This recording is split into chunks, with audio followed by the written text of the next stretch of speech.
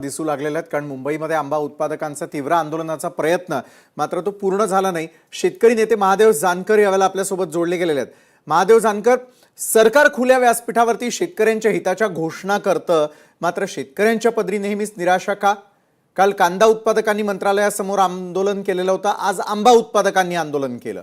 सरकारच्या कथनी आणि करणीमध्ये फरक आहे असं तुम्हाला वाटतं का? महादेव जानकर,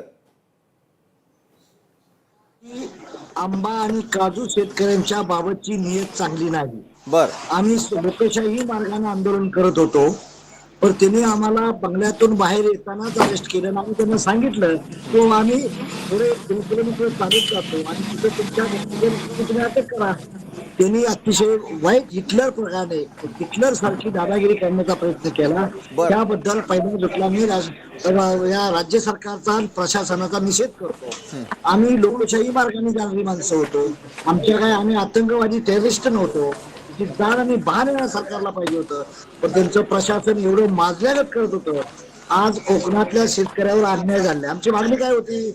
एनडीआरएफ आणि स्टेट रिलीफ फंडातून तुम्ही या कोकणातल्या शेतकऱ्यांना 50 वर्षात रुपयाचं अनुदान देऊ शकला नाही।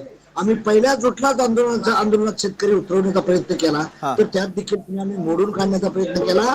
राज्य सरकारने सुरुवात केली, आम्ही केल्याशिवाय राहणार नाही। त्यांना वाटलं की आमचं आंदोलन दडपलं जाईल, तर दडपलं जाणार नाही।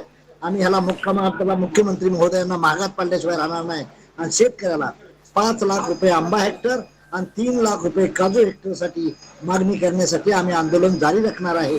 ये तो सुरुवात है, तो झाकी है और कुछ बाकी है। बरोबर आहे। थेट तुम्ही मुख्यमंत्र्यांना आणि सरकारला यावेळेला इशारा देत आहात। शेतकऱ्यांना आपल्या माध्यमातून मी सांगू इच्छितो, आम्हाला वैयक्तिक काही मागण्यासाठी नव्हतो आलो। सर्व पक्षाच्या नेत्यांना, सर्व पक्षाच्या आमदारांना बोललो होतं, पण सत्ताधारी नेते कुणी यायला तयार नाही। आम्हाला विरोधी पक्ष लोकांनी साथ दिली, त्यांना घेऊन आम्ही गेलो। आज अशी आवड झाली, आमचा हात पाय धरून वळलं, रक्त निघालं, परत पोलीस स्टेशनला वेगवेगळे नेते वेगवेगळ्या ठिकाणी घेऊन जाण्याचा प्रयत्न केला।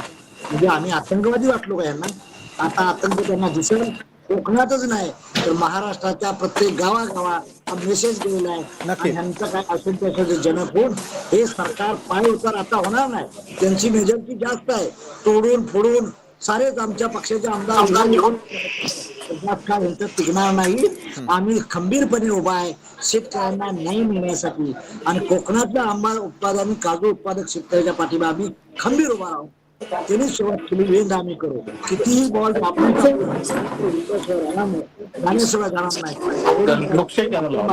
सर्व शेतकरी बांधवांना सांगतो, तेलाची बॉन्ड, पेट्रोलची बॉन्ड सर्व ठिकाणी बोंबा बॉन्ड केंद्र आणि राज्य सरकारने केलेलं आहे। एवढंच नाही तर त्यांनी ओबीसीच्या डीएनए म्हणणाऱ्या सरकारनं दाटणी आहे जनगणनेत ओबीसीचा आकडा टाकला नाही। शेतकऱ्याची शेतकऱ्यांना न्याय दिला आहे। हे अंबानी अदानीला मदत करणारं सरकार आहे। केंद्र आणि राज्य त्यांना शक्तीपीठ मार्ग पाहिजे, नाशिकच्या कुंभमेळ्याला 50 कोटीचं बजेट पाहिजे, तर आमच्या कोकणातल्या शेतकऱ्याला बजेट देऊ शकत नाही। म्हणून माझ्या आपल्या माध्यमातून सर्व शेतकरी बांधवांना ह्याचा विचार करावा की आमचा ह्यात काही स्वार्थ नव्हता।